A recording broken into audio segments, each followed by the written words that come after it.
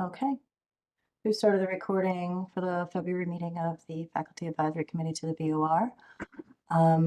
Should we begin with approval of the agenda? And I'll move. okay, here it is. Second? I second. All right. Any discussion here? Actually, let's move Eastern's resolution further down because William Lugo would like to come present it to us, and he is not available till about 3. So can we have that as a floating item when he shows up towards the end of the meeting? Let's put it at 9 or at 8. Okay. Any other suggestions here? Okay. All in favor of accepting the agenda with that modification? Aye. Okay. All right. Any opposed? Okay. All right. Let's get started then. So I think we're starting out today with just introductions. And Lois, is that a hand or just a vote? Sorry, Kalina, it's mine. I can't get it to lower. Oh, okay. No It's worries. mine too, and I can't get it to lower. I don't know what's going Okay. on here. Okay. There, I lowered it. All right. No worries. I'm looking for, I was just updating our elections chart. Here we go. Okay. So I think the next thing on the agenda is, how did I just lose it? I did just lose it. The next thing is introductions, yeah? Okay, so before we do that, I just want to put up our current membership so that we know where we are and then make sure that we're, it's all correct, okay? So this is where we are at the moment. Oh, I see you squinting. Let me make it bigger. Wait, hold on. How am I making it bigger? A little too big. There we go. All right, so we've got from Central, Mark Jackson is the voting member, Mary Collins is the alternate, that's correct. From Southern, Mike Shea is voting member, Lori Bonjo is alternate. From Eastern, Brendan Cunningham is the voting member, David Stoloff is the alternate. And then Western hasn't had their election yet, but they're also the alternate. As you know, like the universities rotate which 3 are voting at any given time. So this year is Western's year to serve as alternate. So when they get their election done, they'll inform us. For Charter Oak, I believe this is administrative faculty. Is that the correct term? Linda Wilder is the voting member, and Brooke Palkey is the alternate. Patrice is the part-time faculty or voting member, and we don't yet have an alternate, so we need to put this here. Okay. Diane Robinson is the SWOF voting member, and Vu is the alternate. By default, because Catherine Carter is actually a member of staff,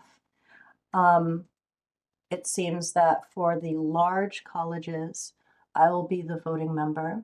The way it works, remember, for the community colleges is that large, medium, and small colleges, every college has a representative, but there is one voting member from large colleges, one faculty voting member from medium, and one faculty voting member from the small colleges, and then there's a staff voting member. So The staff position is contested. Naugatuck Valley has only just established their governance body, and they don't yet have bylaws. They're not yet functioning. So they're not going to be able to get us someone before we do the second part of that that vote. So whenever they join, and they'll join as an alternate. And then we need to run the second part of the election for medium and small and staff. And that'll happen within the next 2 weeks. So that's where we are in terms of our members. So we currently have, you know, a good number, but I think it makes sense for us to pause on any significant action before we fill out all of our positions personally. Yeah, Lois. There's somebody who's just put up there, Brian. Is that Brian? Kaiser, I think, from Three Rivers. That's me. Okay. I'm sorry? That's me. Can you spell your last name, please? Keiser, Kaiser. E-I-S-E-R. Okay, thank you. Okay. All right. So let's do introductions. Maybe because people move about on the screen, I can go through the list as we just looked at it. And let's see who's here. So I'm going to start with, Mark Jackson wasn't able to be here today. But I know you're here, Mary. Do you want to go ahead and start with an introduction? Oh, yeah, sure. Hi. So I'm excited to join. And what can I say quickly? I created the writing and publishing minor at Central, and I run the creative writing minor as well. I used to be the director of the Center for Teaching there, won the teaching award there, try to be involved, not just in my department, but also on the campus and generally. So I'm excited to be part of this. And my quick career was about 30 years in DC, working for National Geographic and the Smithsonian. So my profession is in nonfiction writing and book writing. And love big picture thinking. Super happy we got philosophers on here too. So that's pretty cool. And I think that's pretty much covers it. Thank you. Mike was also not able to be here. I sent a note, but Lori, are you here? No, Lori's not here either today. All right, Brendan. Hi, I'm Brendan Cunningham. I'm in the Department of Economics and Finance at Eastern. I also serve as the CSU AAUP statewide treasurer. And yeah, I'll keep it brief. So, hi everyone. Cool. No. Oh, David. Stoloff. Hello, Hey. hello. I'm coming. How are you? David Stoloff. I'm also from Eastern Connecticut State University, and I am the alternate. I keep on telling them they need to find a new alternate, but they don't seem to want to. And I kind of lurk at these meetings. I'm an old timer, a lot of people, a lot of friends here, and I'm a professor in the education department. I guess you want to hear that. And I'm also president of this mythical organization called the CSU, the Connecticut State, excuse me, the Connecticut State Conference, AUP, which is mostly private schools. Used to be more powerful than AUP, but it's not very powerful at all. The state conferences have not been ordered in the past few years, but I am the president, and until it disappears, I think. And pleasure to be here. Thank you. Thanks. Is Rob here? No. Oh, that's right. He's got a teaching conflict or a meeting conflict. Linda? Oh, I see you. Hey, Linda. Is that me? Yep. My video keeps going in and out. I'm Linda Wilder. I am the director of the Credit for Prior Learning Programs at Charter Oak State College. So as such, I'm the administrative faculty representative for there. Hello. Brooke. Are you able to introduce yourself? Where are you? Yeah, I'm sorry. Oh, Oh, I there see. it is. It was a There you go. delay. I couldn't know if you Yeah. could see me. Happy to be here. I'm the alternate for Charter Oak. I am the chair of the Health Science and Technology Department. Come. Patrice. Is Patrice here today? No. Diane. Hi, everyone. I'm Diane Robinson. I'm the Associate Director of the First Year Experience at Southern, and I am the Administrative Faculty Rep for SWOF on FAC, and I will be starting my second term. Vu.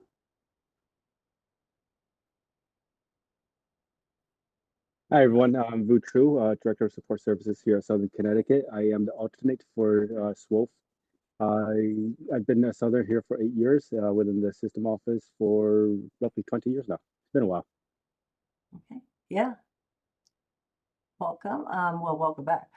All right, James. Yeah, I'm James and I'm from Asnato Community College and I teach mathematics there. That's pretty much it. Thank you. Okay. Hey, Brian. Hi, Brian Go with CT State Middlesex. I'm in the ophthalmic design dispensing program where we do have an operating eyeglass and contact lens clinic. So if anyone finds us, we'll help you out with glasses and contacts. Cool. John Jactiani. Did I say it right? Yes, thank you.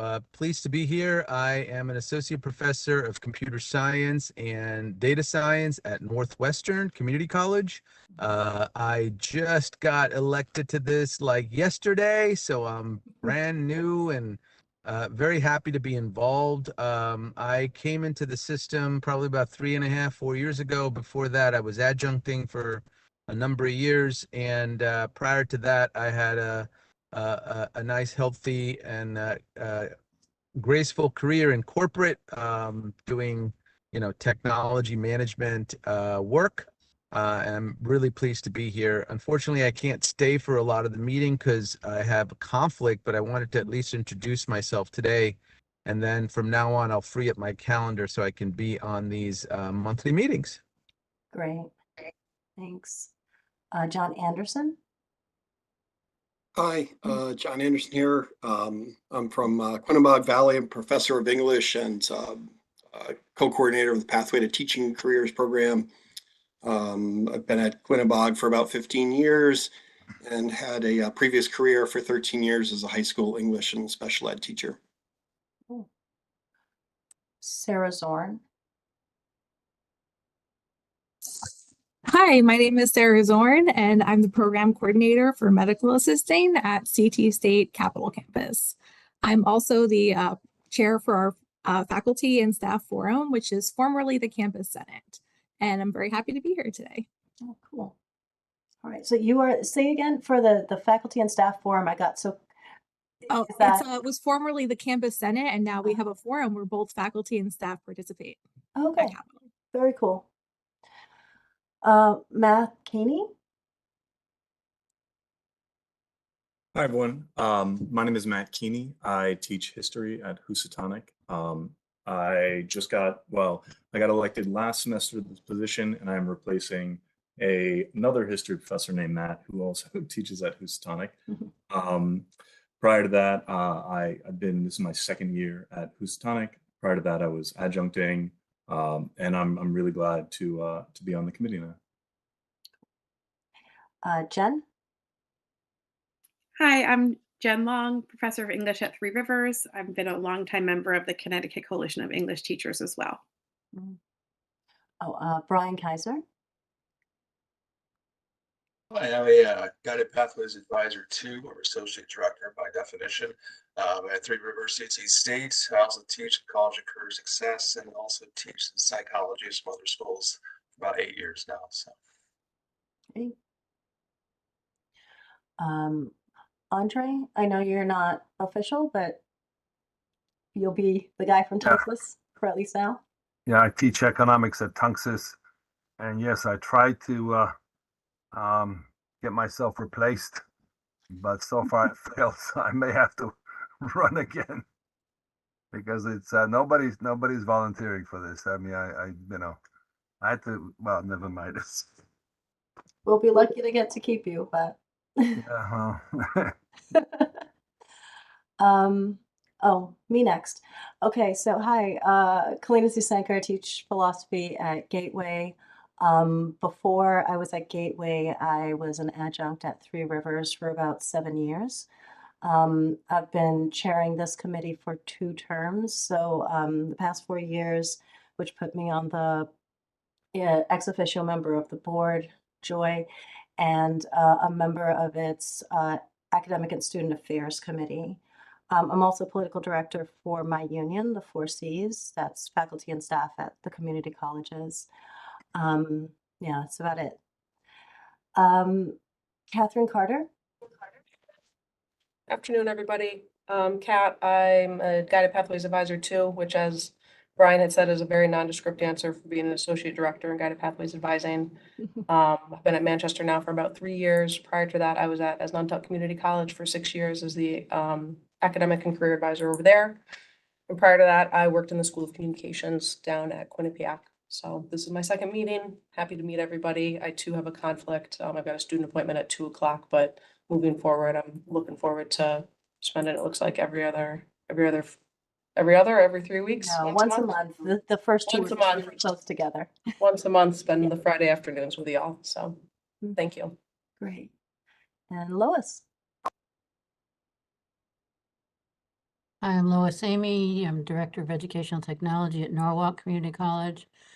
I've been on the FAC for, I don't know how many years. Yeah. Number. Oh, gee. And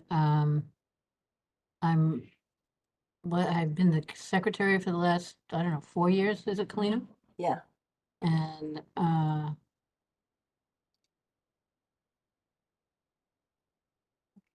I do lots of fighting on the side.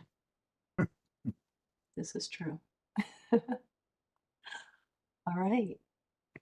And there's no one else here that we didn't. Oh, Yolanda, do you want to introduce yourself?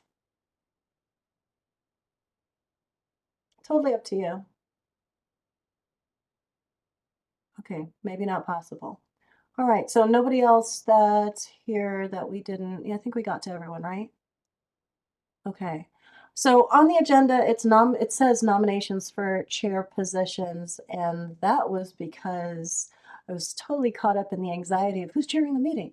But it should actually be nominations for all the positions. So it's the chair for the community colleges, the chair for the universities, and the secretary. And Lois has been doing that hard work for 4 years, as she just mentioned. So this is it. So are there any nominations for, let's start with chair for the universities.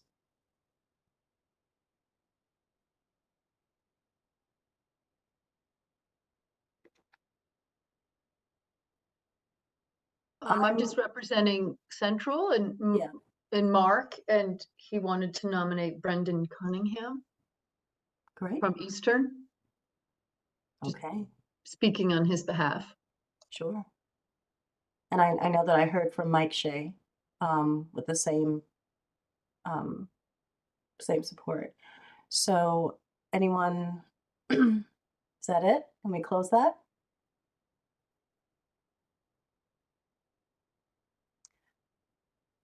So it looks like there's no vote needed, Brendan. You willing to take this on? I am, yeah, happy to do it. Woohoo. So, yeah, thank you. Thanks, everyone. Looking forward to working with all of you this year. It's already been busy, and we're only in the midst of February, so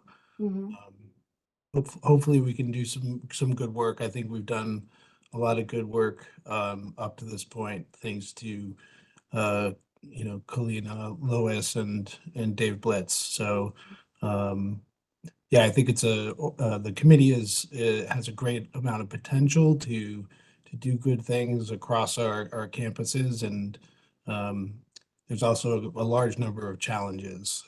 So let's see what we can do in coming months to move things forward. So thank you, everybody. Thanks. Hey, Brian, because I'm new and you were so modest, do you mind taking just another minute telling all of us that are new a little more about yourself? Sure, sure. Thank So you. I actually grew up in Connecticut, west of Hartford, in the suburbs there in the Farmington Valley. Um, I have two family members, my mother and my aunt, who both graduated from Central. Um, and they were the first generation in their family to go to college. And they became educators after graduating from Central. So they come from a family of Italian immigrants. That's one of the reasons why I'm quite committed to ensuring that our institutions remain strong and remain places of opportunity for everyone in our state. Um, I went to Oberlin College out in Ohio, did my PhD at Columbia University in economics. I taught for 15 years at the U.S. Naval Academy in Annapolis, Maryland, before moving up here and joining Eastern's faculty, where I've been for about 7 years now. So that's kind of just a little bit more. My wife is a physician. She's an endocrinologist, and we have two children. One who is starting the college search process, and the other who is in middle school. So those are some details there. No, that's great. Thank you. Sure, sure. You're welcome. You're welcome. So, all right. Kalina, did you say had more nominations to do? We do. We need to do chair for the community colleges and secretary. And I also just want to say how glad I am you're willing to take this on because, yeah, great faith in you. Also, here's another thing, another reason I'm so glad. Would you like to take over chairing the meeting now as the university chair? Yeah, I mean, I think there's the official notion of running these meetings, and then there's the way like Kalina and David have run these things, which is really a co-chair relationship. So yeah, I'm happy to work through the agenda, but Kalina, I hope you'll keep us on track because I'm not sure how well I'll do there. So, Absolutely. We'll figure it out together. all right, cool. Sounds good. Sounds good. So you laid out that we're looking for nominations next for the chair position from the community colleges. Is that right? Okay. Mhm. So are there any nominations for the chair position? I see Lois's hand there. I nominate Kalina. Second. Thank you. I accept the nomination. Great. Cool. Any other nominations? All right, hearing none, sounds like Kalina is continuing as chair for the community colleges. Thank you, Kalina. Thanks so much. Looking Thank you forward to all. working together. Here we go, Brendan. Yep. Off to 2024. So All right. Well, thank you all for the vote of confidence. It's been, 4 crazy years. And I think in different times we might say there's, I might have thought there's a need for a bit of turnover, but I think we need as much stability as is possible, and I'm willing to continue on for a little longer. And I really do appreciate you all having confidence still in me doing that.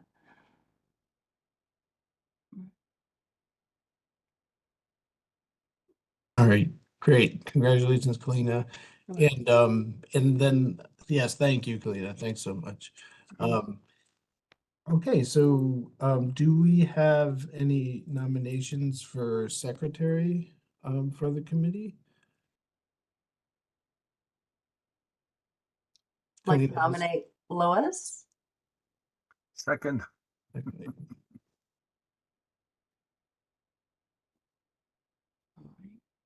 Lois, are you willing to accept a nomination? I am reluctantly willing to take up my weekends doing minutes again. Thank you. Thank you. Okay, any other nominations for secretary?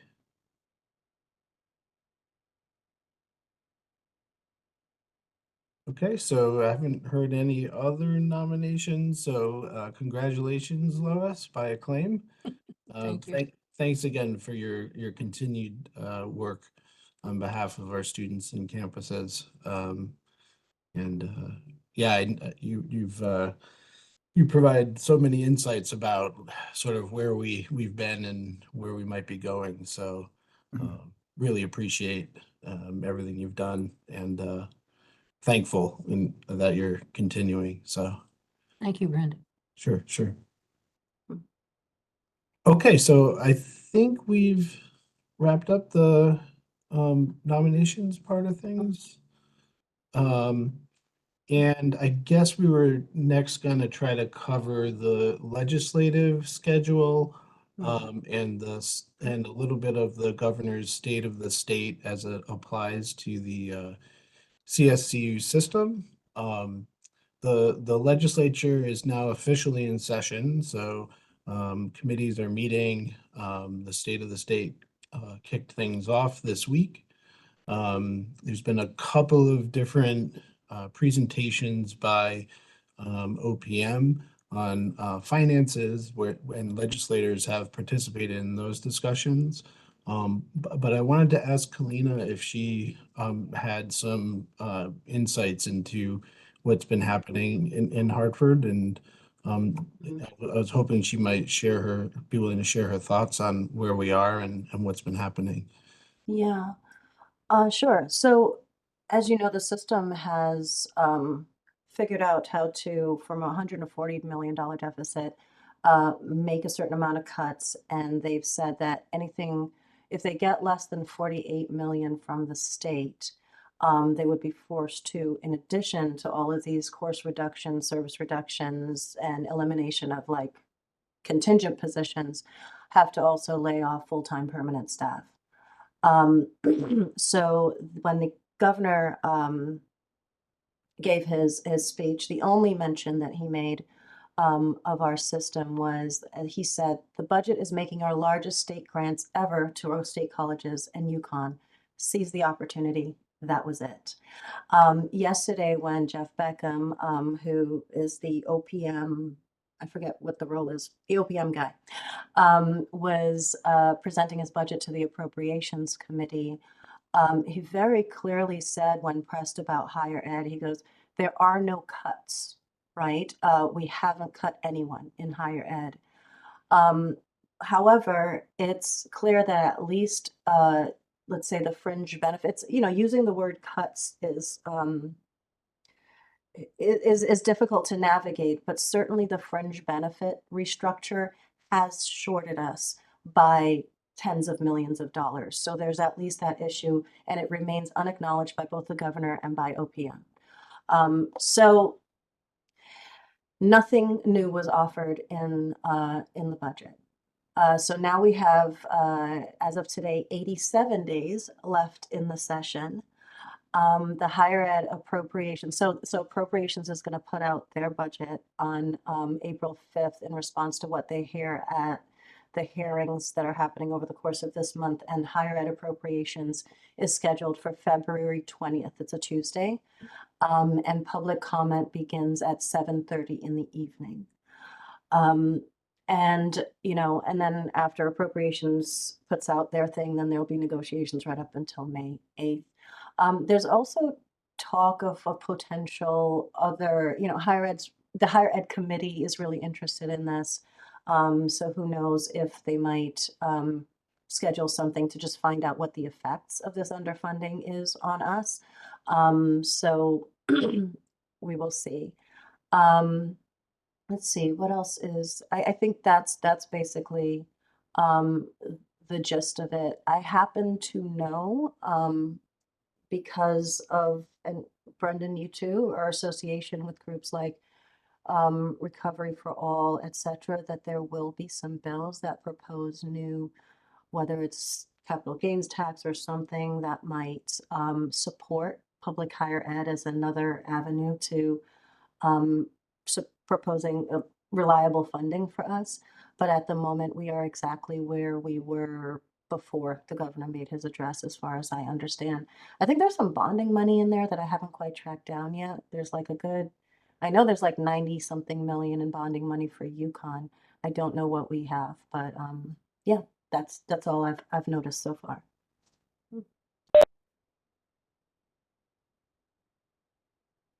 Thanks, Galina. And leading up to the state of the state, the AAUP and the 4Cs, we did have a press conference on Monday articulating a request for $160 million in funding to restore the cuts, reverse the cuts actually that have already taken place, and reverse the tuition increases that the BOR has already passed.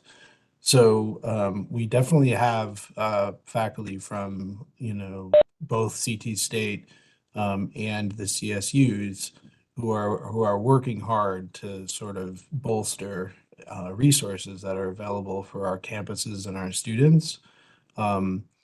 Senator pro tempore, the Senate leader, Looney, was there and spoke in support of both the guardrails, which are really, a limiting factor in terms of our effort to secure 160 million in funding.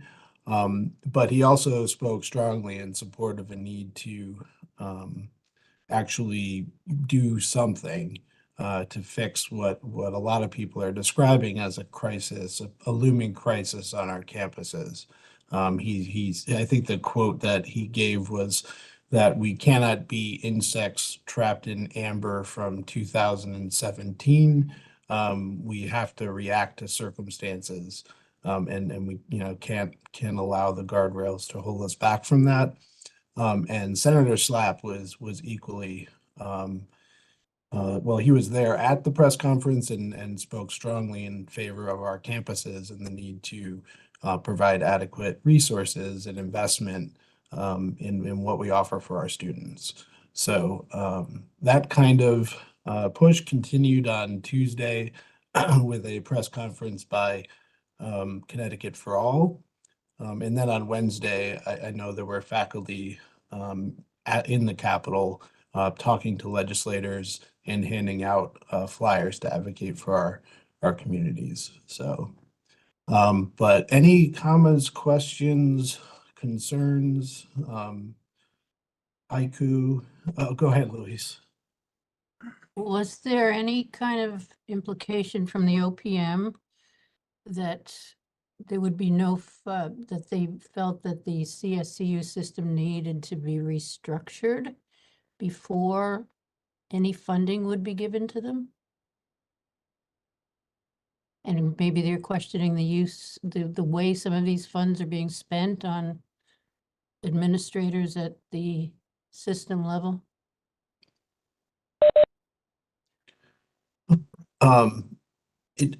From what I have read, they've been curiously quiet on making any specific comments about the CSCU system. That's kind of my read of it, other than promoting the idea that they have been increasing funding.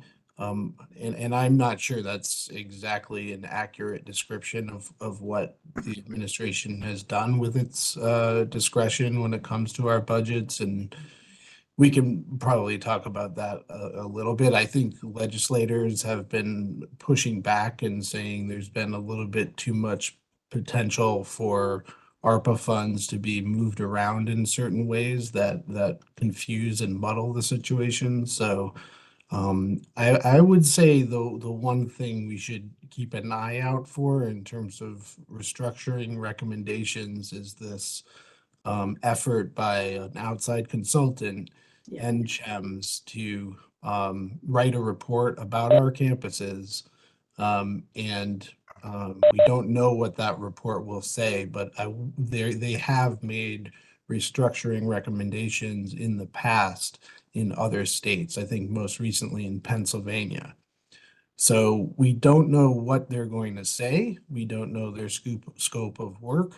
They were supposed to meet with members of the FAC, but as far as I know, they haven't yet. And the latest I've heard is that they've already done a data pull from at least one CSU campus that was due today. So I think, Lois, you're right to wonder about that, and I do wonder at what point in the legislative session that shoe will drop. So And unfortunately, though, I don't trust NCHEMS as far as I can throw them. Right. And what's going on in Pennsylvania, if that was an NCHEMS recommendation, oh my God.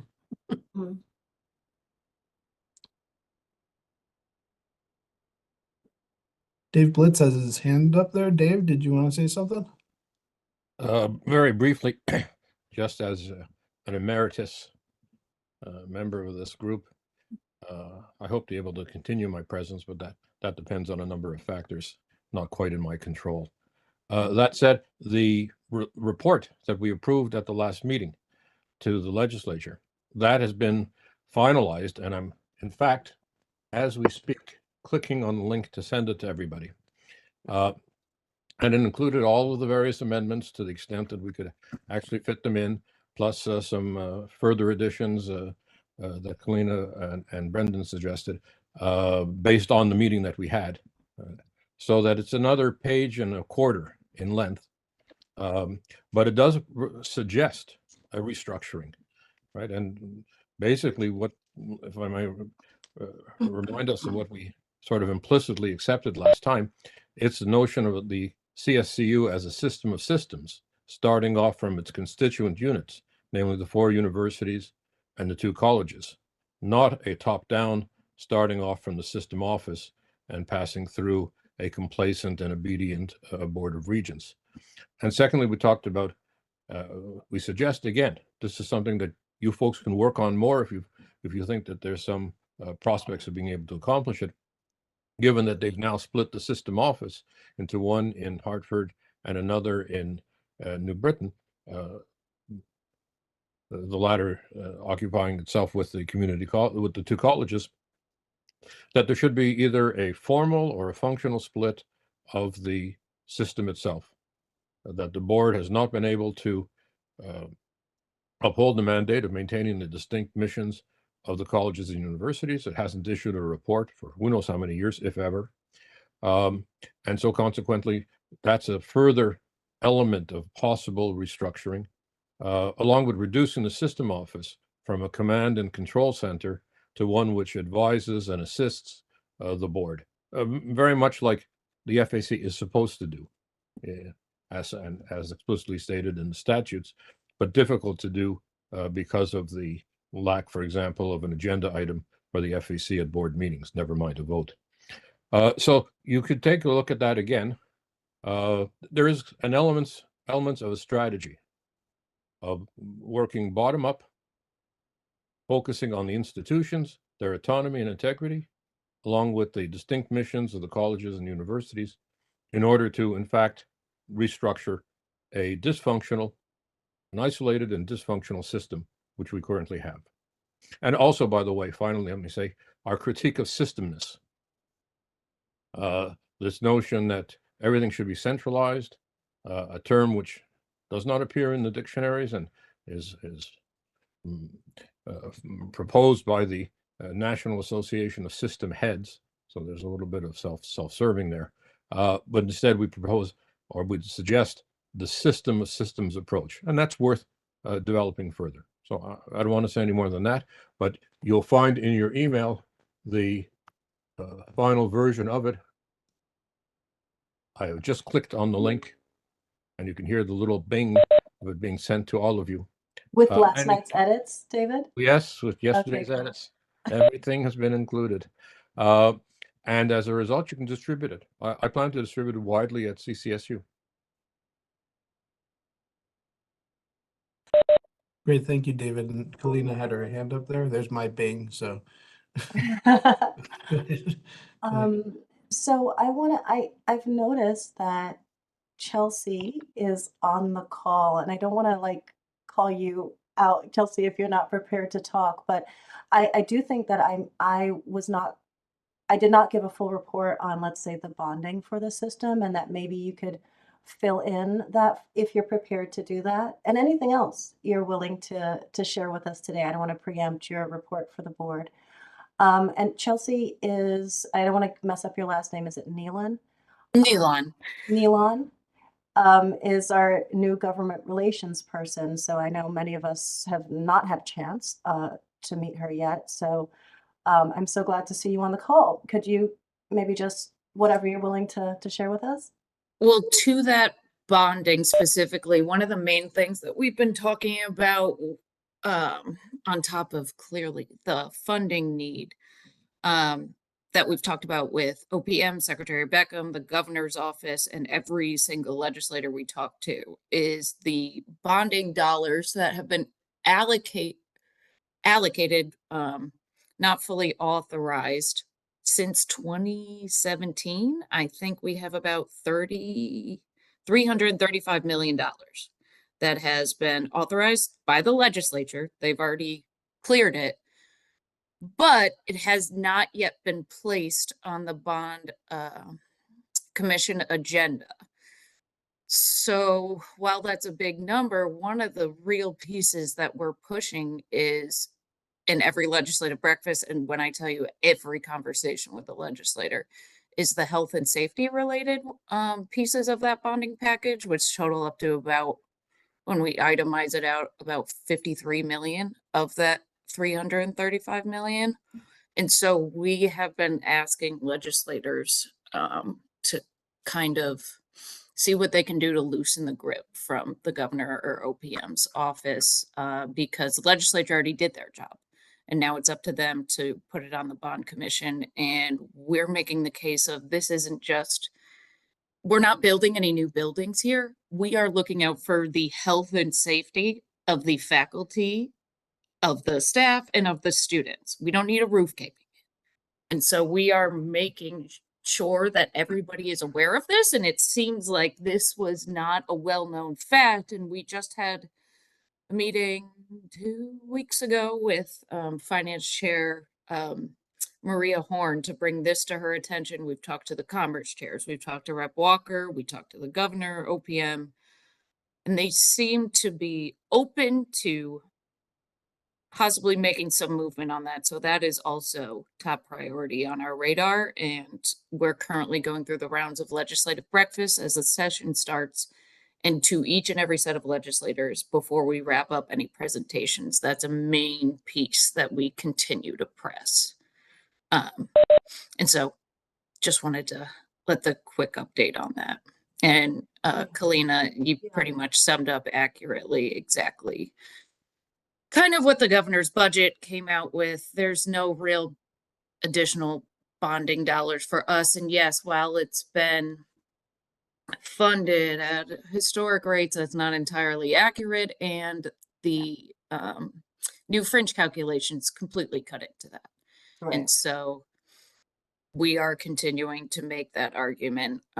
We are preparing ourselves for the appropriations hearing on the 20th, and we also have some incredible students. The associate director and I just had a call with the students who will be testifying at the student panel for the appropriations higher ed subcommittee, who they really want to hear from. And these students' stories are unbelievable. So we're really hoping that we can continue to get some momentum there. And I know that we have buy-in to the value and impact of the CSU system from Appropriations Chair Tony Walker.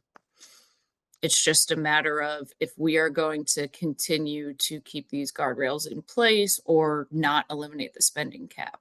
That's going to be the continuing discussion. And I know that's something that Senator Looney, both along with Representative Ritter, the Speaker of the House, are actively pushing to do. But that's the current status of where we're at right now. Thank you. And can I ask, so a couple of things. One is that I know that in the past, one of the, like, are there any policy things that we're pursuing in order to make that money more accessible? Because as you say, like, even during the session, they'll authorize it, but then it's in the interim, can we get our hands on it? I think one of the ways that we had tried to do it before was by accessing it as an extension of CSU 2020 or something like, yeah, I think that's correct. Is that gonna be an avenue that we're pursuing this time, or are we just appealing to them to get it on the calendar? I mean, at this point, it's really just appealing them to get it on the bond commission agenda, because we've already gotten past the legislature's approval. That part is done. It's really just up to the governor and OPM to put it on the agenda. And we even most recently too had a meeting with Senator Bob Duff, who is the Senate Majority Leader. So right under Senator Looney. And he heard this from us. We're having a meeting with Senator Looney and Speaker Ritter same day next week, and we're going to make this same argument about the bonding. So we're hoping that with those folks, they can really start to push upon the governor's office and OPM, especially given the climate that we are currently in now that we officially know what their budget numbers are. Yeah, I want to just emphasize how important the spending cap, the fiscal guardrails issue is in general. And and I think most of us have an opportunity to understand it more and advocate more. There was that really good series by Keith Fanoff that came out maybe a week or two ago, 3-part series that kind of explained its effects and its structure. And there will be a budget review hosted by the Connecticut Mirror on February 15th that he will be leading also. And so we can motivate people to give us money, but they need to have a mechanism to do it. And at the moment, because our block grant has not been rising with inflation, has not been rising with the spending cap, you literally cannot fit the money we need into the budget. So the real actual fight is not the sentiment of should we support public higher ed, but you know, are we willing to do what it takes with the fiscal guardrails to make that possible? And thus far, I believe Governor Lamont's position on that is that that's a gimmick. I think there's a lot, if you read Fanoff's pieces and understand the extent to which we have not studied the effects of these guardrails on our long-term, health, that it might be the guardrails themselves that are a gimmick. I mean, the bond lock is a new construction that nobody quite understands the legality of. So, so I just want to emphasize that for us as we advocate for the system, that we make it clear to legislators that there is sort of a mandate from us. Please do what is necessary. And it's wonderful to hear, Senator Looney being very clear about the necessity of this. Senator Gary Winfield, there's so many people now carrying that message, but it needs to get there more effectively. And also, I'll say it's not about raiding the rainy day fund or about violating the spending cap. There are ways to redefine it that are completely within our means without doing stuff like that. Yeah, wanted to throw that out there. Thank you so much, Chelsea. I'm glad you're here. No problem. Thank you.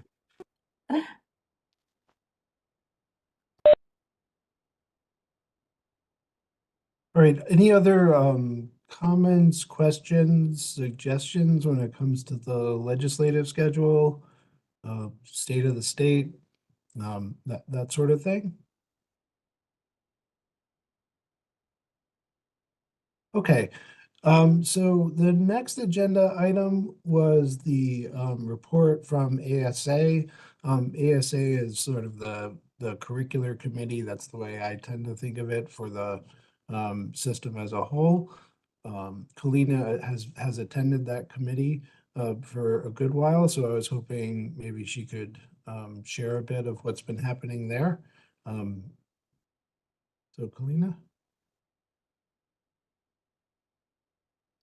Sure, one second. So, let me confirm that this is true, but, the ASA meeting was very sort of, standard procedure, lots of different programs doing their thing.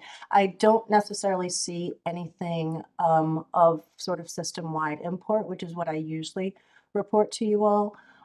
So I have very little to say other than our provost, with whom we've worked pretty closely for the past year and a half or whatever, 2 years, was not present, and I'm not clear on what that means. And that's about it.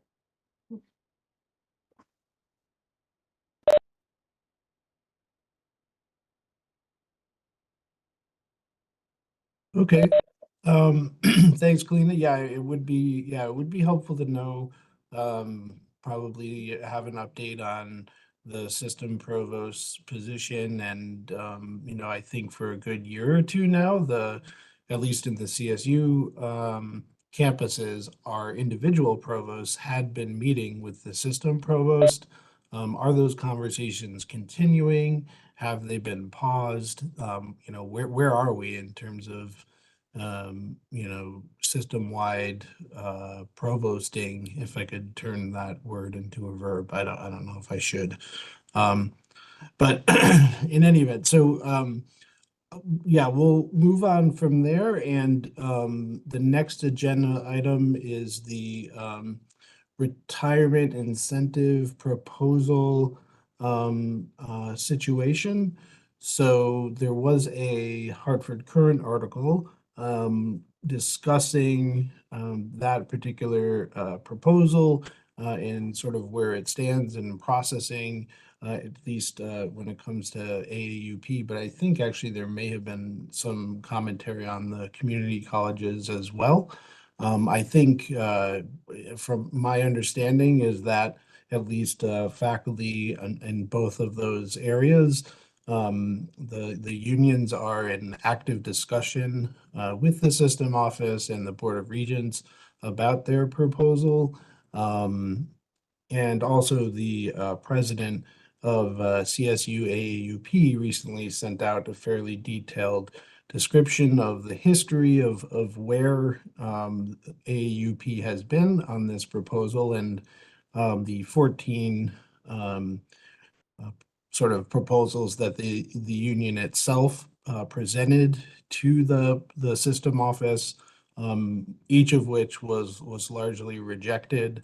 So that email has gone around to CSU faculty. I can provide it to the FAC as well. Kalina, I don't know if you want to provide an update on the 4C's perspective on the retirement incentive, if there has been any. I know that they are, in communication, attempting to get somewhere that they can agree on. But of course, the primary issue facing the community colleges has been massive understaffing. We've come out of 5 years of what was called strategic attrition, which was basically not refilling a good number of our positions. So that is already maybe our crisis. So we're hoping for substantial refills. You pointed out last time, Brendan, that at least at the universities, even if you did 100% refills, you could achieve some savings. So hoping that we could get to a point where we can get that, and we'll see. Yeah. I see Dave Blitz has his hand there. Dave, did you want to say something? I don't want to preempt anybody else who wants to speak before me. Let me Go just ahead, say Dave. quickly Yeah. what I proposed at the University Senate at CCSU. The question of whether the retirement initiative, aka bonus, is accepted or not, that depends upon union approval or not. And I think that's a matter not for discussion here. Though you did mention the 14 points, and I would just have to say that when I perused the list, at least 8 of them did not have anything to do directly with the retirement incentive. I do appreciate the fact that you picked up on one of the things that we had asked for previously, but no longer do because it's not going to happen, which is FAC vote at the Board of Regents. But again, that's irrelevant to the question of retirement initiative. That said, I would note that there's many moving parts. It's not just a negotiation between the Board of Regents / system office and the unions, but it also presupposes the relationship between the system office, representing the Board of Regents, and the OPM. And we know, as a matter of fact, that initiative was submitted and approved by the OPM, and that was required by the system office. What are the consequences of its acceptance or non-acceptance? I really don't know, and so that would be just conjecture. But I do want to add what I proposed at the University Senate, and which I think might be something that the FAC could consider, that namely shared governance, on the assumption that, at least in some places, by some unions, the initiative is accepted, that shared governance be applied in terms of the decision-making with respect to refilling lines. So up to now, that is strictly an administrative function. The presidents, the provosts, and the deans, those are the people who determine which lines vacate for whatever reason, in this case, particular retirements, are to be refilled, which department or program they're to be refilled in, whether that's with a tenure track line, an emergency replacement, or part-times on a temporary basis. What I proposed at the University Senate, and which I would recommend here for the FAC, but that depends on you folks, is something like that. At each institution of CSCU, the refill of lines vacated due to retirements will be decided through shared governance, involving both administration and faculty and staff representatives in full consultation for decision-making. That is what I proposed essentially at the University Senate at CCSU, which was approved. This is an opportunity, irregardless of the 14 demands, and however many of those may be relevant or not to the actual retirement initiative. That's an opportunity for faculty and staff to insert themselves through shared governance into a process which has hitherto been strictly a prerogative of administration.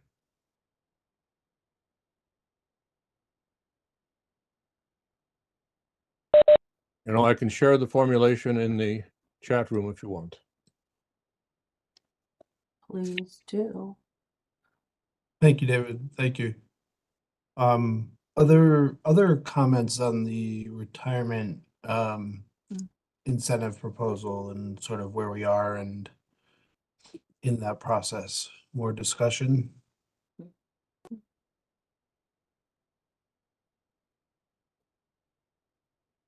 Mm.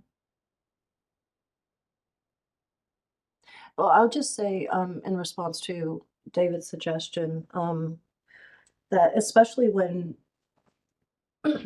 we at the colleges have come to the point where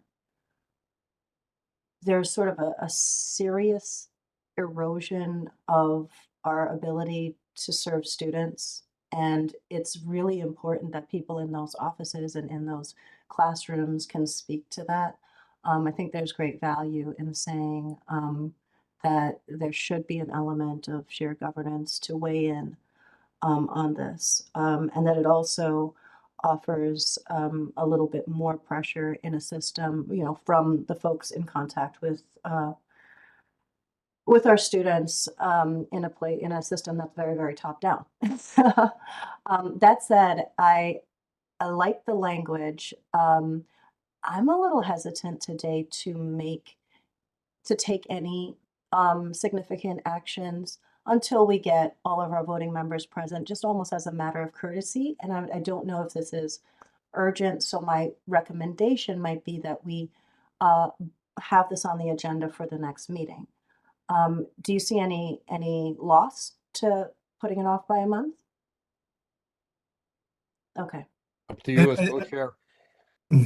Yeah, no, I think that Louise has her hand there. Sorry, go ahead, Louise. I do have real problems and concerns with that. I don't trust them to honor shared governance. They could say, yes, yes, yes, we'll do this, and then do whatever they like, which is what they've been doing for years. Why should I believe that all of a sudden they would honor shared governance? And I would say the structure of shared governance at the community college level is so dysfunctional now that they could do whatever they wanted anyway. And they are doing it. Yes, That's true. agree with Andre. Yeah.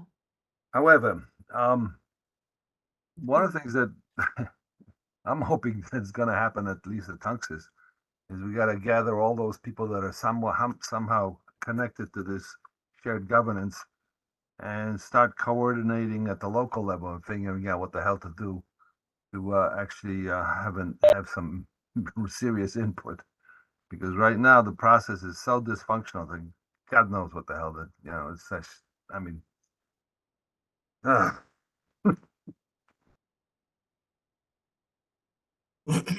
Yeah, and I will say too that this is maybe a somewhat unprecedented situation for the FAC in the sense that we know that our bargaining units are actively bargaining this matter. We also know that labor law provides them with exclusive bargaining authority when it comes to something pertaining to working conditions.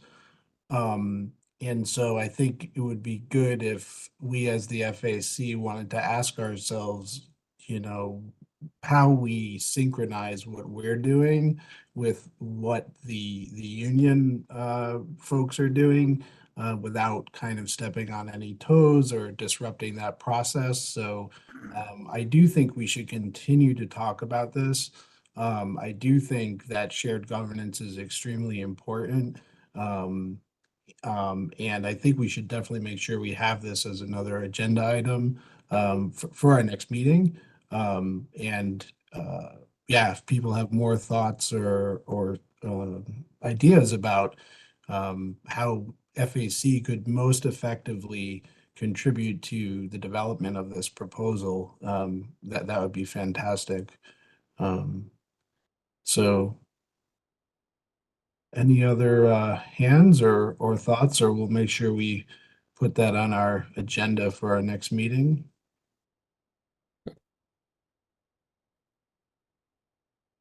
Okay, great. So the next agenda item, I believe, has to do with some public reporting, I guess, on or events that have taken place on Gateway's campus. And I actually was not aware of what had happened. So I'm hoping maybe our folks from Gateway and the CT State who have details about developments at Gateway will share those here. So we can talk about them, because I actually think it's a little bit related to some things our committee has talked about in the recent past. So I think what we're going to talk about is a time when Governor Lamont was visiting Gateway, and some things that happened during that visit. So, Kalina, did you want to lead us off, or someone else? I will try as Okay. a member from Gateway. I'll say I'm going to be so careful, because I feel like a lot of the harm that was done here was the public nature of it, and we don't actually have a lot of folks who were, and I hope maybe we might in the future if we really want to talk about it more, who are directly involved. But I will say I did involve myself to some degree, because this is these are students at Gateway. And at least one of these students I knew. So I'll just there was a CT Public News article, for those of you who saw it, that was it was pretty alarming, and the way it broke down was that there was a picture of a student sort of being guided into a room by police. She had said that she had been provisionally suspended, and they had had their IDs taken away, etc., and detained. The spokesperson for our system countered with a statement that said that she had not been detained or suspended or any other such thing. And then the reporters in that article noted that several reporters had witnessed her being detained. So it was quite a sort of the way that it was conveyed. It was very controversial. And clearly our administration was putting out a statement that was in direct contradiction of what this student reported as her experiences. So here's my takeaway without, just dragging this on even further for this student. And this was over at least, I know one of them well. I know it's a very difficult time for her. My impression of what happened after talking to all members of the administration, et cetera, was that I think what we would all hope for our students, that their right to protest would be honored, that they would not be immediately suspended or banned. She had thought it was from all CT State campuses, and it really wasn't clear for a full week whether or not that was true. Our hope that students would be allowed to protest when an elected, official is on their campus, not manhandled, not any of these other things. I think that policy-wise and the attitude of our administrators, I was pretty impressed with what they held as their ideals. I think implementation was far from perfect. It dragged on for way too long. It was disruptive to the students' ability to be a student. We can do better. I think we're learning from that experience.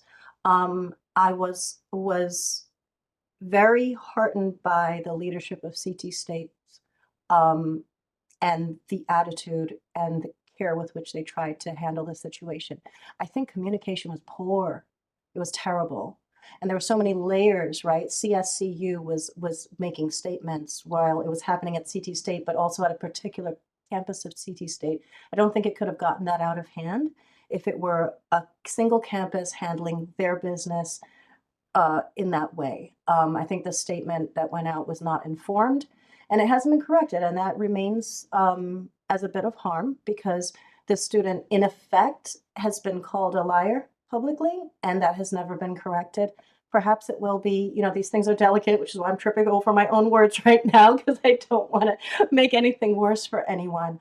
But I will say I expect so much better from now on because I didn't see what I saw was good people trying to make it right. It just took way too long. And I do hope something comes out personally from CSCU, at least correcting the misstatements that were made at the beginning.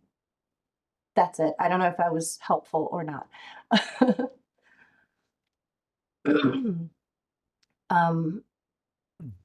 Anyone else? I know there continues to be concern about this. I just expect that what we see in the future will be better. Yeah, I would hope so. I mean, I don't want to connect dots that shouldn't necessarily be connected, but I think now the FAC has, now that we're aware of what happened at Gateway in terms of sort of a police response to expression, and another episode we're familiar with where a faculty member's expression was met with a police response. I think we need to point this out, and I think we need to ask about whether there are better guidelines for the appropriate responses when our community members are simply expressing themselves and not really, it appears, public safety risks.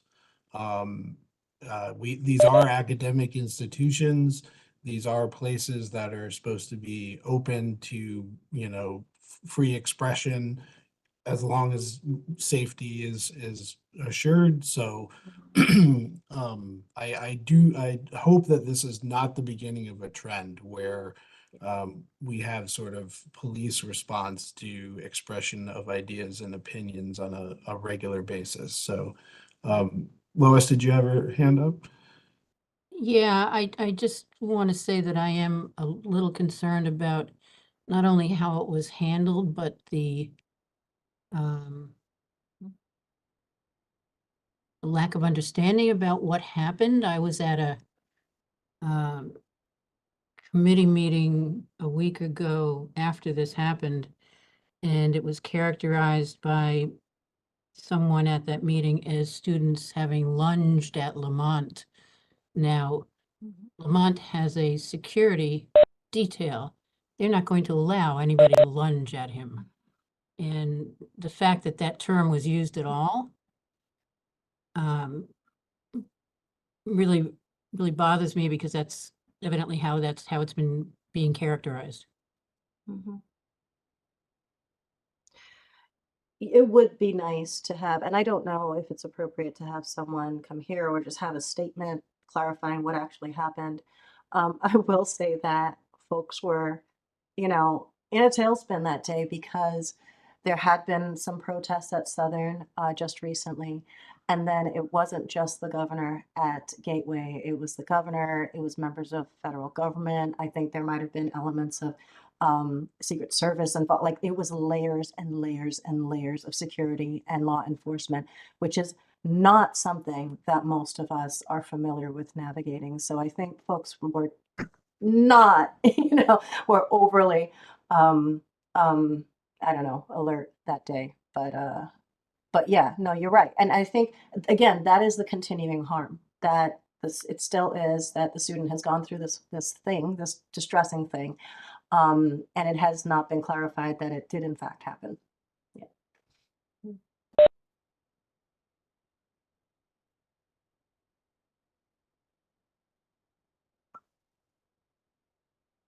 All right, well, thanks for those details from Gateway, and I'm hoping we can continue to sort of discuss what happened there, and I don't know, maybe members of CT State Administration will offer some more details or a correction to the record. We certainly can't gaslight students if that is indeed what has happened based upon videos and reports on the ground of the event. So yeah, let's continue to talk about this, because it is extremely important that our students feel safe in a variety of different ways, and feel safe to express their beliefs on our campuses.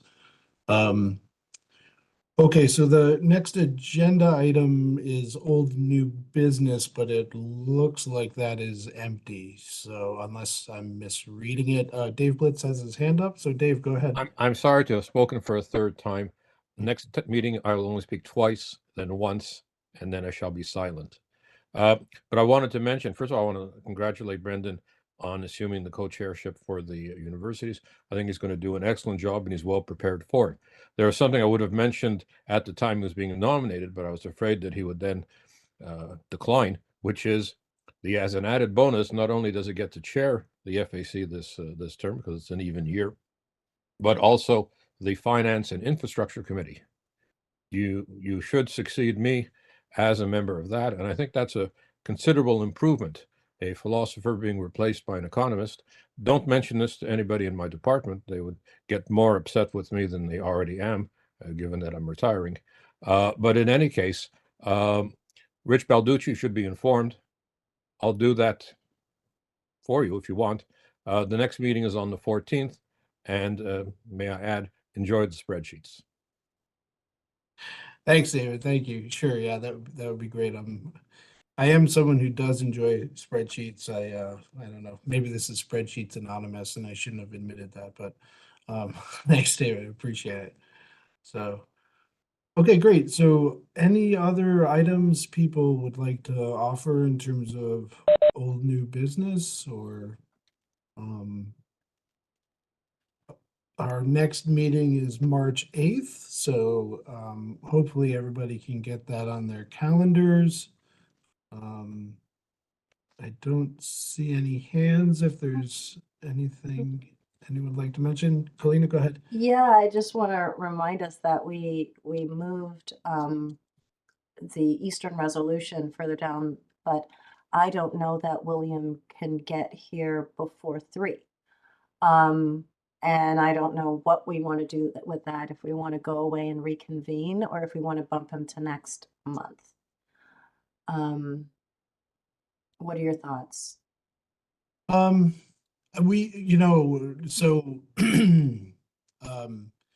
as Eastern's representative, I can share that the Senate at Eastern passed a no confidence resolution in Chancellor Chang. There there have been official statements in response by both Chancellor Chang and 2 regents, which I forwarded to the entire FAC for your consideration. I know there are processes playing out on every single campus to varying degrees when it comes to this topic. So I don't know if people want to share what's happening on their campus or whether we just kind of want to wait a little while to see how things develop across the campuses and try to come back to this in March. That's just kind of, maintaining that agenda item, but not going too far because, yeah, William Lugo did want to come and say some things about it. So William Lugo is the president of our Senate at Eastern and former co-chair of the Faculty Advisory Committee. So, and Kalina put that he's on his way now. He said he was joining the meeting just a minute ago, so he should pop up any second now. Okay. Yeah. All right. Well, We while can we're continue waiting, to discuss. Go ahead, sorry. the last comment about philosophy versus economics. Actually, I think the best combination is a combination of the two, because economics is a philosophy. And without philosophy, as far as I'm concerned, we shouldn't hand out any degrees. I think we should have 4-year requirement of philosophy for a bachelor's, okay? The only university that has that is Edinburgh, and that's the one I recognize. Agreed. No bias here. Agreed. I don't see him, but he does say he's on his way, so. Yeah, I don't know how long we want to wait. I don't. Yeah, and is there any further conversation though about the resolution?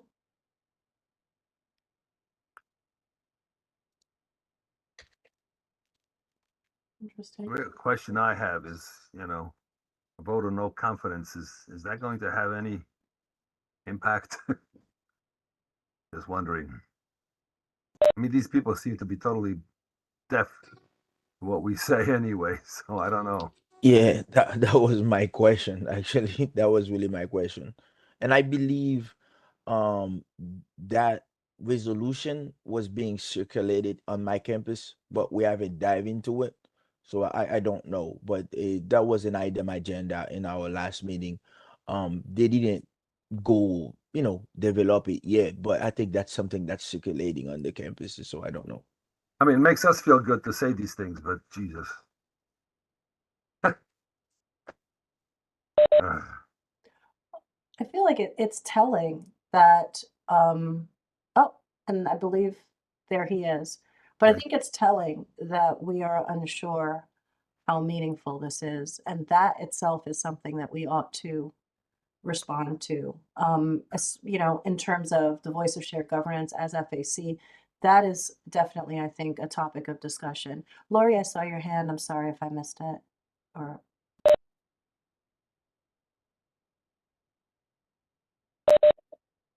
hi, William. Hello. All right, William. Well, we did sort of fill the airtime while we were waiting for you to connect there. So the floor is yours if you'd like to say a few things about Eastern's no confidence resolution. I think that's our last agenda item for today. So you're welcome to. Sure. Thanks for having me, everybody. So as I'm sure you've heard, right, we passed the no confidence resolution on January 30th. I think there's there's a lot of reasons that we did it. I think right now, the media in particular are just trying to reframe all of this as it's budget. It's just the budget. And that's part of it. I mean, I wish the state would give us more money. But even if they did, if the money's not handled properly, then it doesn't do us a lot of good, right? If if there's not really a strategy in place, which there doesn't seem to be. So I think it's a mistake to say, well, it's just a funding issue. No doubt that is part of it, but also it goes beyond that, right? I think as the community colleges, I'm sure, as you know, your autonomy is being stripped away. A lot of it has been, and that's happening to the CSUs right now. I just came from a meeting on the search committee for our next president. That's where I was. And even though Eastern has been sent the bill, which was kind of shocking, right now we've got about a $77,000 bill from the system office that says you're going to pay for this search. This is just a search firm. We didn't hire this search firm. We didn't want this search firm. We have no say. The final say of this is the chancellor.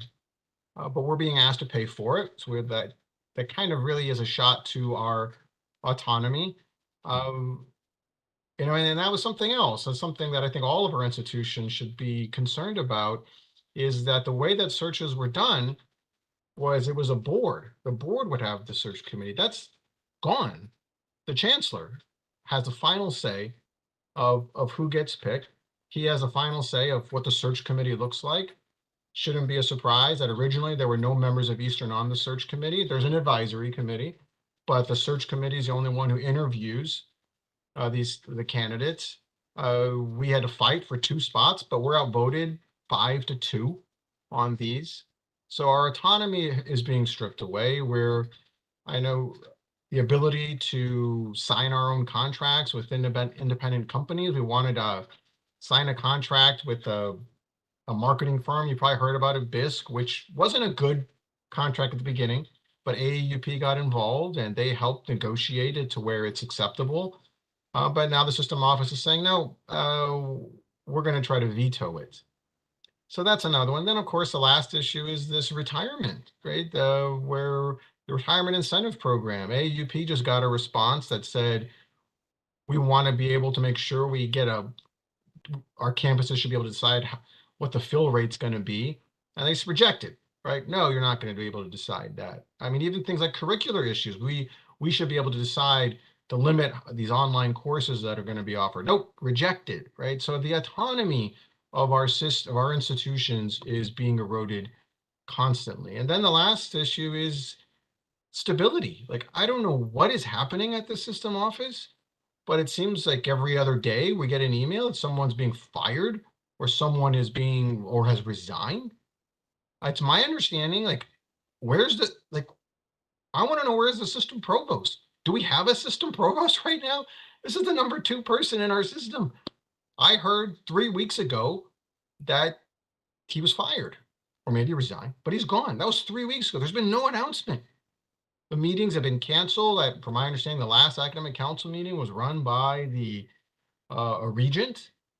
Like, that's shocking. Like, this is, to me, it's not a serious office. If you, the chief academic officer for a system of higher ed is MIA, like that should be everywhere. So for all of those reasons, it's like we can't count on the system office for stability. At the same time, they're stripping away our autonomy. And then financially, they're not doing what they need to do. So we took a pretty extreme step. In my understanding, it's the first time Eastern Senate has done this. And we voted no confidence for all those reasons and other ones that were listed, in the resolution.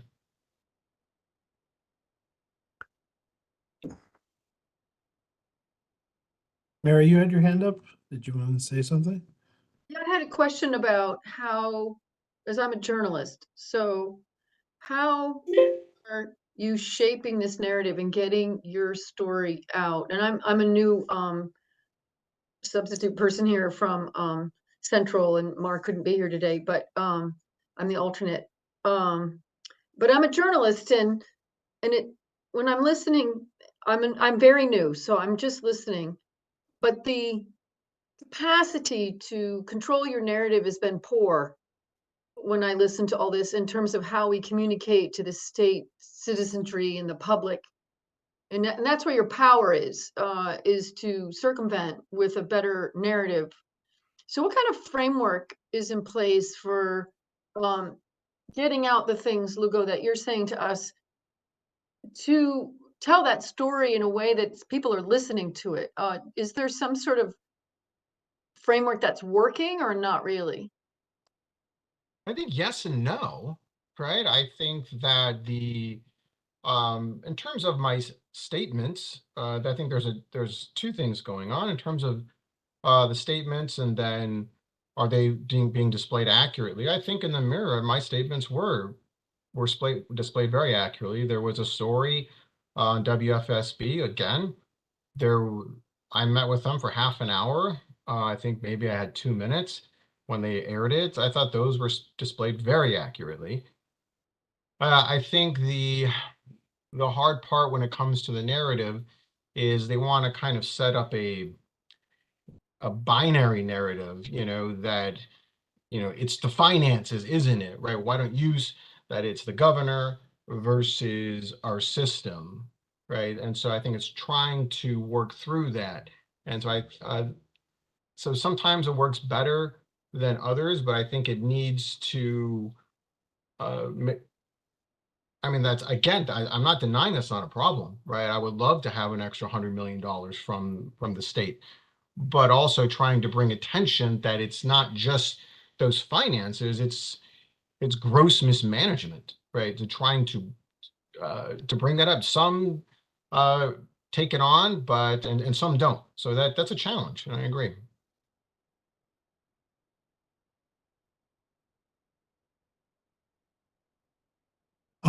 Were there other questions or comments for William at this point? Well, in terms of the turnover at the top there, I mean, I've stopped trying to remember the names of these people long ago. So I have no clue who's what, where, who's provost of this or that or the other thing, who's chairing the school of that or school of something. I have no clue.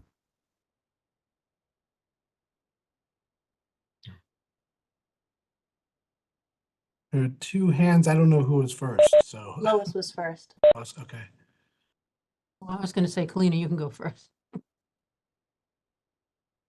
I just want to, I think, respond a little bit to Mary's questions and comments. I think it's very hard to contextualize a story about academia so that the general public understands what our problems are and what it's just really difficult. I have seen this over this whole consolidation process that it's meaningful to us, but it doesn't have a lot of meaning to them. A lot of our somebody was talking to a legislator later the other day, I forget who it was in the last couple of weeks or so, that said something to that person about, the person said something about doing something and whatever, and the legislator turned and said, oh no, that's very possible. We could, one of our community colleges or one or more of our community colleges would have to close.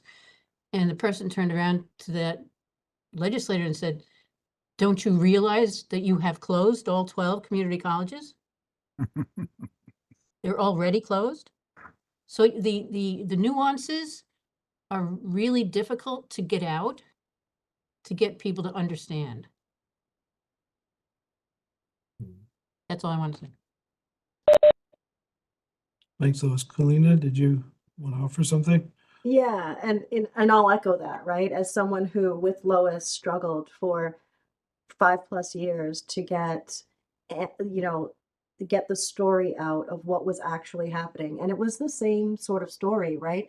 It was a story of complete overreach from system office as a project to completely dismantle, I mean, not even partially take control in the way that you see it at Eastern, but entirely and completely dismantle the community colleges, with a plan that made no damn sense, as we see right now, and now reopen this thing that is defunded, dysfunctional, and failing. Like, congratulations, right?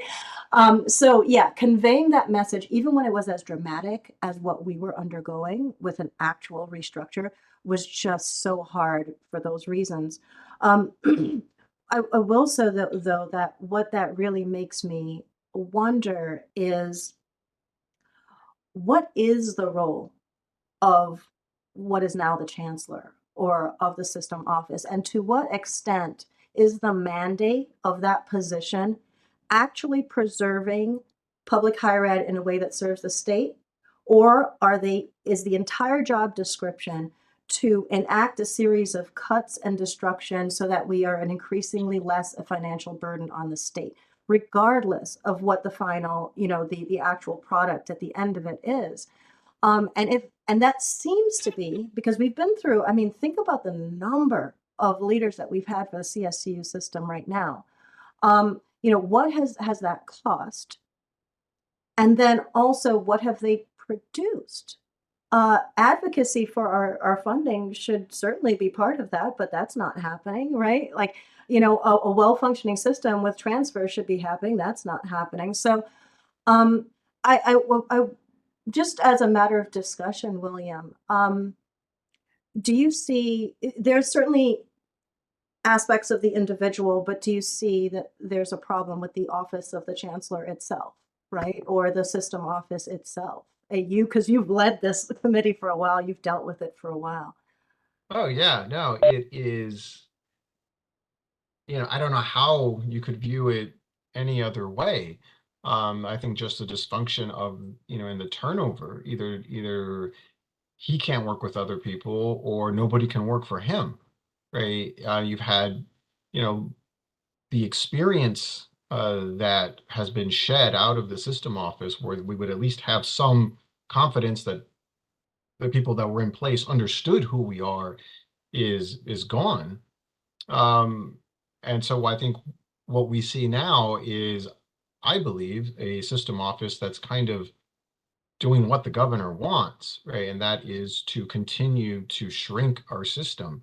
I think that's one of the reasons they had the retirement incentive program, is to bring our numbers down. And of course, then, what is the ultimate goal of that? I'm not sure. I think it is interesting that we've got 2 interim presidents at Southern and Western. There's no searches going on right now for those positions. Maybe they will after the search for Eastern is going on. I don't know. I think it's, I don't know how many people know, we have sort of the presidential search we have going on right now. If you go to Whitkeefer's website, that's the firm that they hired, and you look at the leadership profile, it is not a requirement that the new president of Eastern, A, be an academic, B, have ever worked in higher ed, ever. That's not a requirement. And so that's what we are working through. And of course, that's the first 2 requirements that we asked for, where there were listening sessions. The faculty and staff said, we want someone who has worked at a higher ed institution. We want someone who has leadership experience at a higher ed institution. We want someone who knows who has experience working with unions. And that said, nope, denied, denied, denied. So like, what, I don't know, like, is there an actual strategy that's happening where right now, or is it just they don't know what they're doing? It's very puzzling, but it's also, it's scary, right? And then the fact that when I'm on the search, I had to sign an NDA, right? So I can't reveal anything that is going on to my Senate or to anybody about how it's being run. And I objected to it, and they said, too bad, you still have to sign it. Can I say, well, can I just take off 1 or 2 points? No, I was told you cannot. So it's scary. Andre, did you have your hand up? Did you? Yeah. Just sort of reflecting on all this, at Tunxus, I mean, most of us the old timers, okay, we remember that we had a fairly decent culture, which kind of was an academic institution culture, you know. We, in fact, over the years, actively actually sought to build that.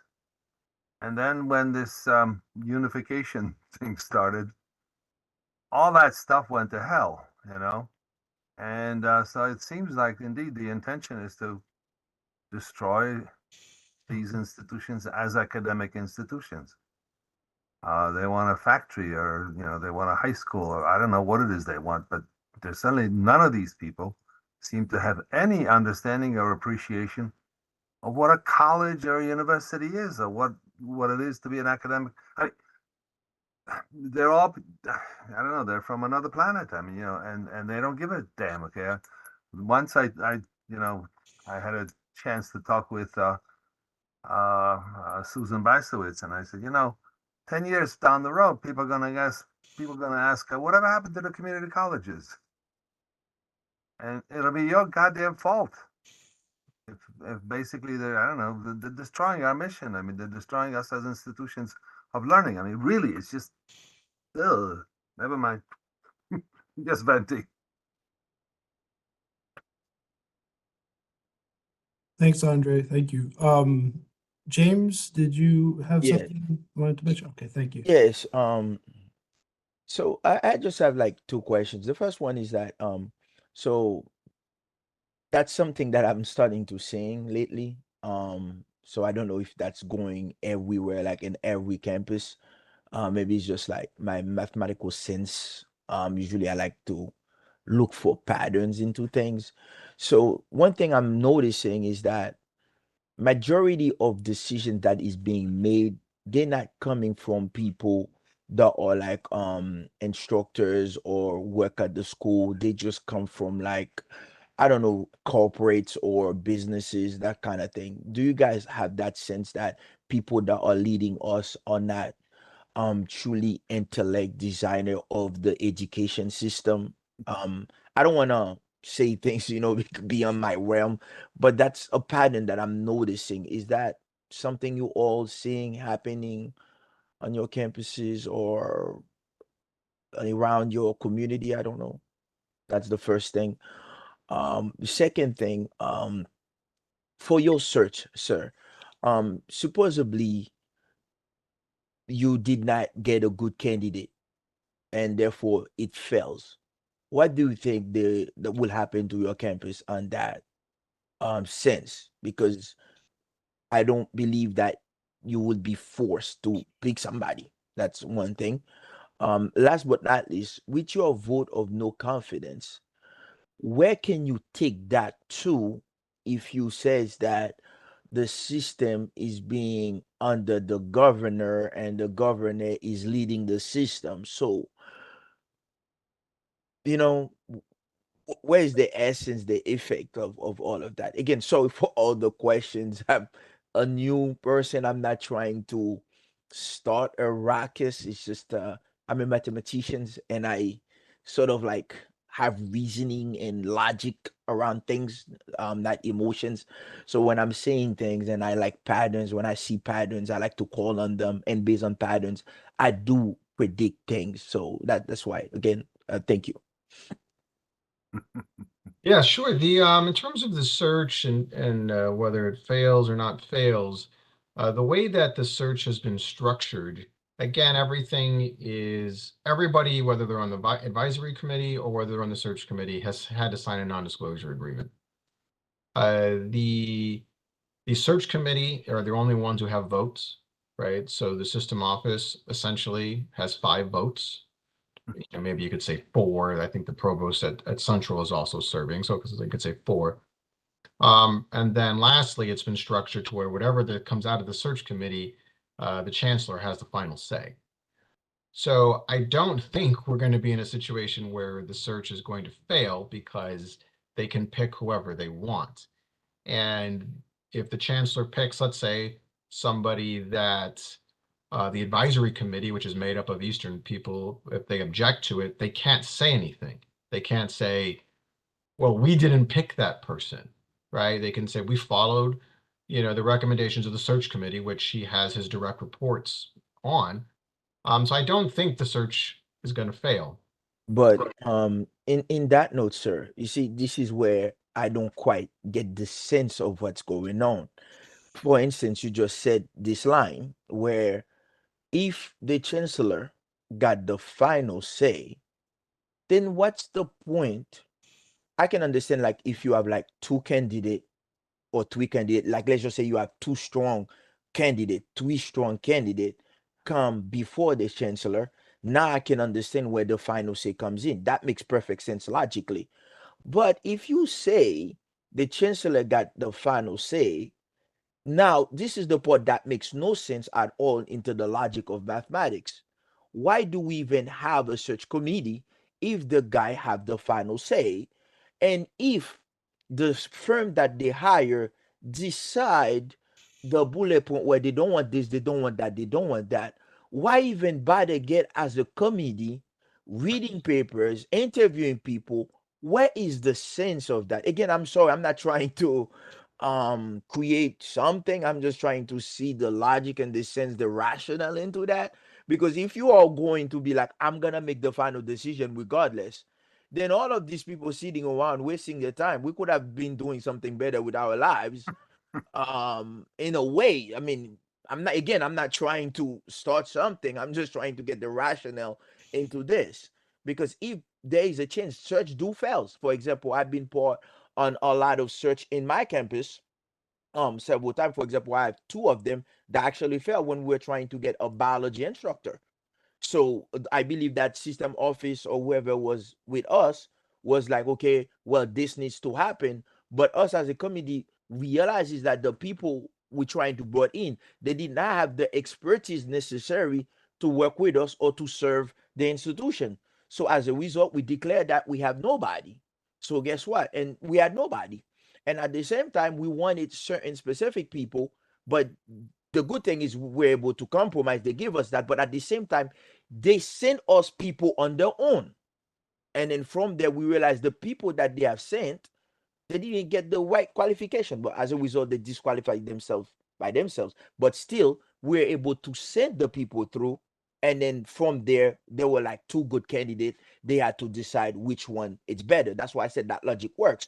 But if we are going into this scenario where they have the final say, regardless, then why are we doing all of this? Exactly. That's exactly what we're saying as well. I mean, it's to give the appearance of shared governance. That's why. That's exactly right. It's just the appearance. You know, I mean, there's all these contract committees that now have management on the committees. I mean, that's absurd. Okay, I refuse to join any one of them. Like the hell with it. We used to. I mean, how should I put it? We used to be a college of faculty. You know that actually somewhat resembled who we were. Now that's all gone. We're just a bunch of tools. Yeah, I'd say it's not even just, it's definitely the appearance of shared governance, but it's also, I was on the advisory committee for the CEO search at Asnuntuck, and the advisory committee did all of the work also.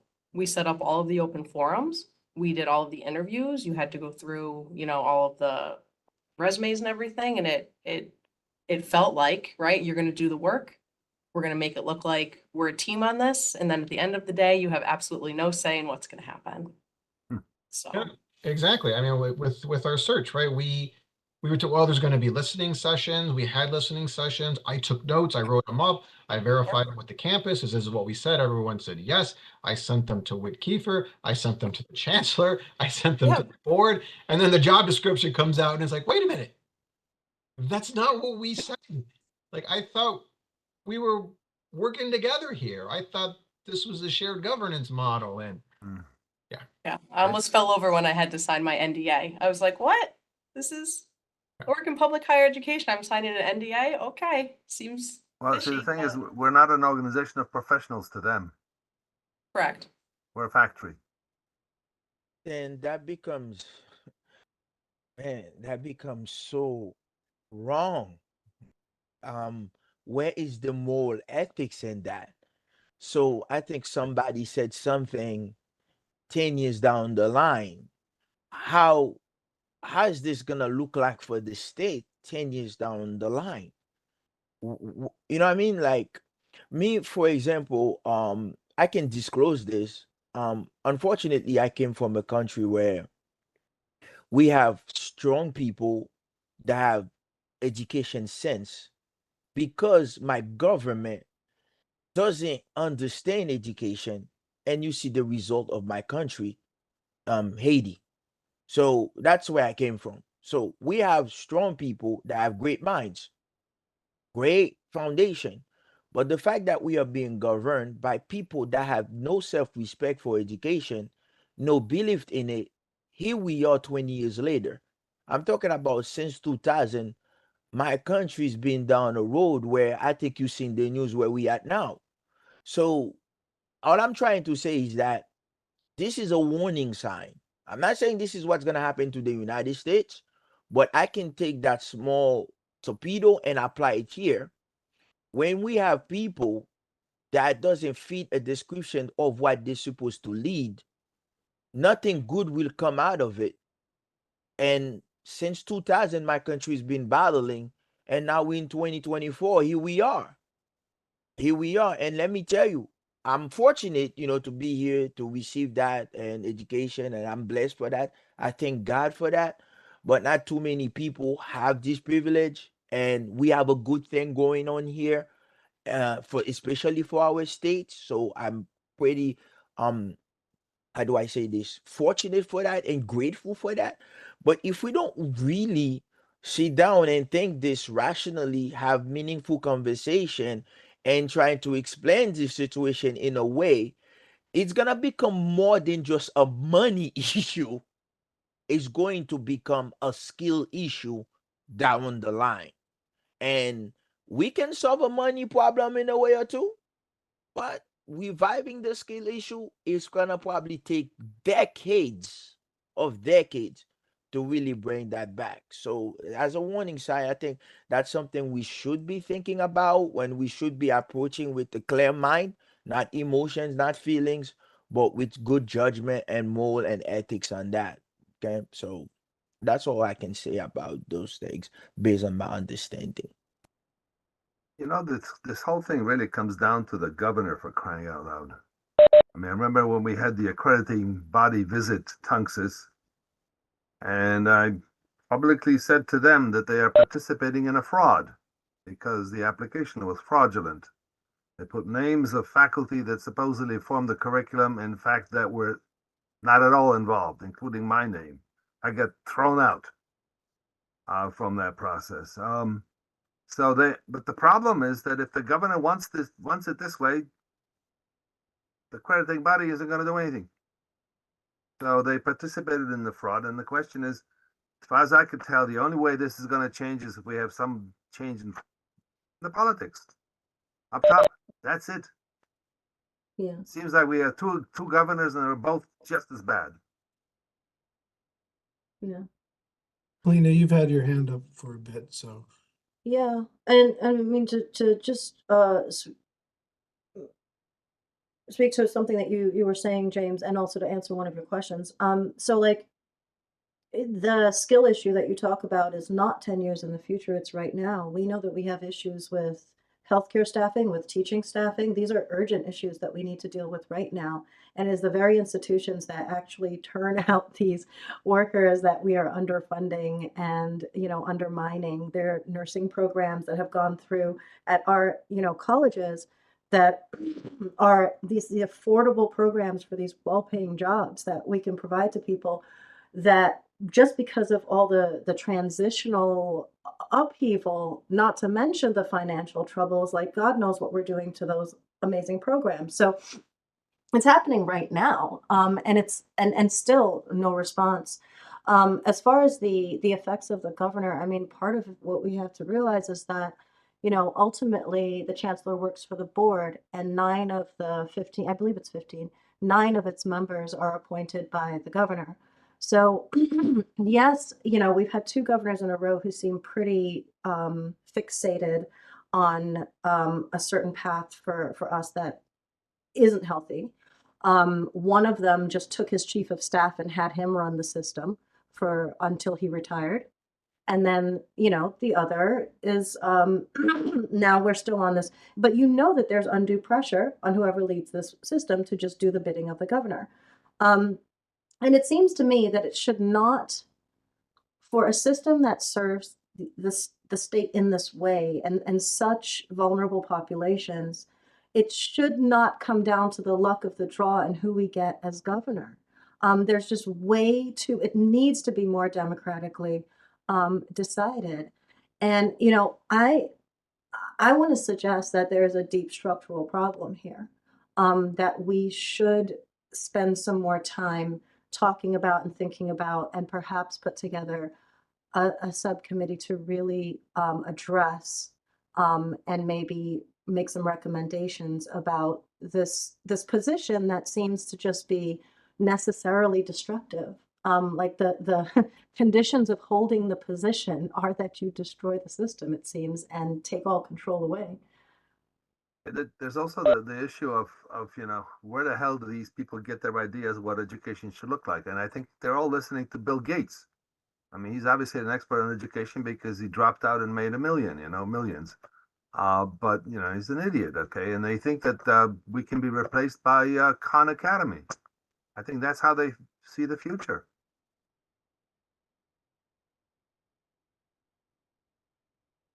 Well, thanks, everybody. I think this is a very, very important conversation in a lot of different ways. I think, Lois, you had your hand there. Go ahead. I just want to agree with Kalina. I think we need to put together a group who can do some more research and talk about how we move forward with this. We ought to recruit a candidate for governor. Seriously, that's been done. That kind of stuff is done. I can't think of any one single politician that I want as governor. Yeah. All right, so yeah, and I do agree, a committee to look into this, these types of questions is due. I think the General Assembly actually does understand that we have an issue with sort of the folks that end up on the board and their understanding of higher education. I believe recently they've started requiring that the BOR members actually go to some sort of class seminar on higher education. Maybe that's something that needs to be significantly improved. Can we run that seminar? Yeah, I was just going to say, who's running that seminar? Exactly. I'm not really sure. That's a good question. So, Bill Gates. And Chems. So maybe, I don't know, Kalina, do you think maybe we should ask people to, you know, send in names if they'd like to volunteer for this committee? What are you thinking? That sounds good, right? I think so. We can just sort of informally kind of do it via email after the meeting, with the aim of bringing something back maybe by the next meeting. That sound good? Sounds good. I don't think that requires a motion. No. Okay. I'm with you, David. Yeah, Yeah. I agree with David. With you on that, yes. Yeah. And William, I just want to say, like, look, the narrative in the papers or whatever might be hard to convey, but he certainly conveyed it really well here. I mean, there's definitely a case for the frustration and the action at Eastern. I see that. Yes, and so we would definitely welcome any support from the FAC. If you maybe even just endorsing our resolution I think would be a big help. I think, you know, I think the governor is important to focus on, the legislature, but also I think there's an argument to be made. How would this story have unfolded over the last 3 years had we had more effective leadership, right? Had we had a more effective advocate in the legislature originally when asking for money? Had we had someone had a better understanding of our system, right? And how the resources we do have. I think that makes a big difference. So So again, we welcome any support, but I appreciate you taking the time to hear me out. Thanks, William. Lois, did you have your hand there? Yeah, I just want to say, William, unfortunately, I think we did have some advocates in the legislature, but they refused to stand up to against Lamont. They just wouldn't do it. Yep. That's our biggest problem. Yeah, I mean, I have to actually say that while there's certainly room for improvement in terms of, advocacy for our campuses in the General Assembly, my personal opinion is that it is worlds better than what we saw with Ojakian, who actively misled all of our communities about what Students First was all about, who, in my opinion, actively undermined our campuses within the General Assembly and laid the groundwork for the austerity we are currently battling. And so, unfortunately, there's just a whole lot of cleanup to be done from the Ojakian disaster, who was a non-academic and who was appointed to that position as a consequence of a scandal in the Malloy administration. And so, unfortunately, a little bit of what we're seeing now is mop up, and we're living through it. There's no way to immediately turn around an oil tanker like our campuses. I'm not trying to make excuses for everybody, but it is my professional opinion that we have made incremental progress from what we saw with Ojakian, which created the Students First disaster and everything we're living through in its wake. So that's my opinion. I saw one agreement in the chat. I'm open to being corrected if I'm wrong. I haven't been here as long as some other people, but based upon my read of where things were 5 or 6 years ago and where they are now, there's a little bit of a trend line there that I'm actually cautiously optimistic about, but I will place an emphasis on caution because there's a lot of work to do, a lot of work. And I will agree with you, Brendan, with a little addition. I do think that we've moved in a slightly better direction, but I think what has impressed me the most in seeing us move in a slightly better direction is that there isn't a lot of room to go. You can't go too far in a good direction and keep that job. And I don't know whether the intention of the person in that position is to, like, I will not pretend to read, but I do know the actual conditions of keeping that job right now require that we undersell the system, that we undersupport the system, and that we continue to perpetuate other kinds of propaganda that harm us. Even just the position of the administration to ask only for $48 million while cutting hundreds of sections, while eliminating lots of positions, while realizing that we're going to be completely just gutting the system. And then they say, oh, but look, OPM, look at what we're doing. We are raising tuition and we're incentivizing retirements. I mean, the harm, the complete lack of regard for the health of our institutions is alarming. And I think I'm very disappointed in a lot of the actions that we've seen over the past few years. But I think a major revision of just this whole setup is in order.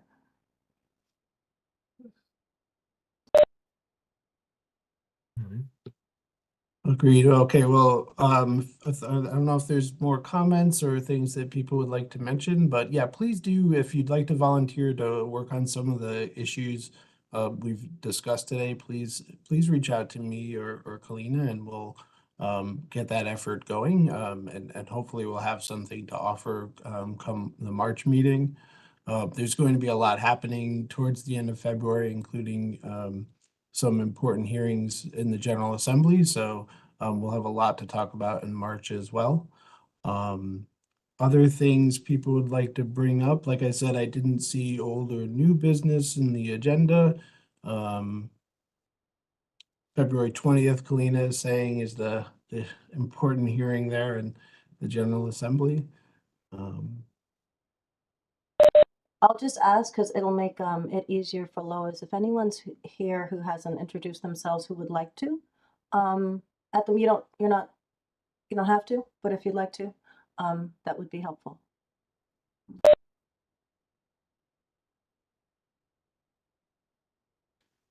All right, well, the sun is out. It's a Friday afternoon. Do we have a motion to? Motion to adjourn. All right, thank you, Andre. We can count on you always when it comes to that. So from what I recall, we don't need a vote on that one. So thank you, everybody. I hope you have a good weekend. If you're Actually, you do have a, you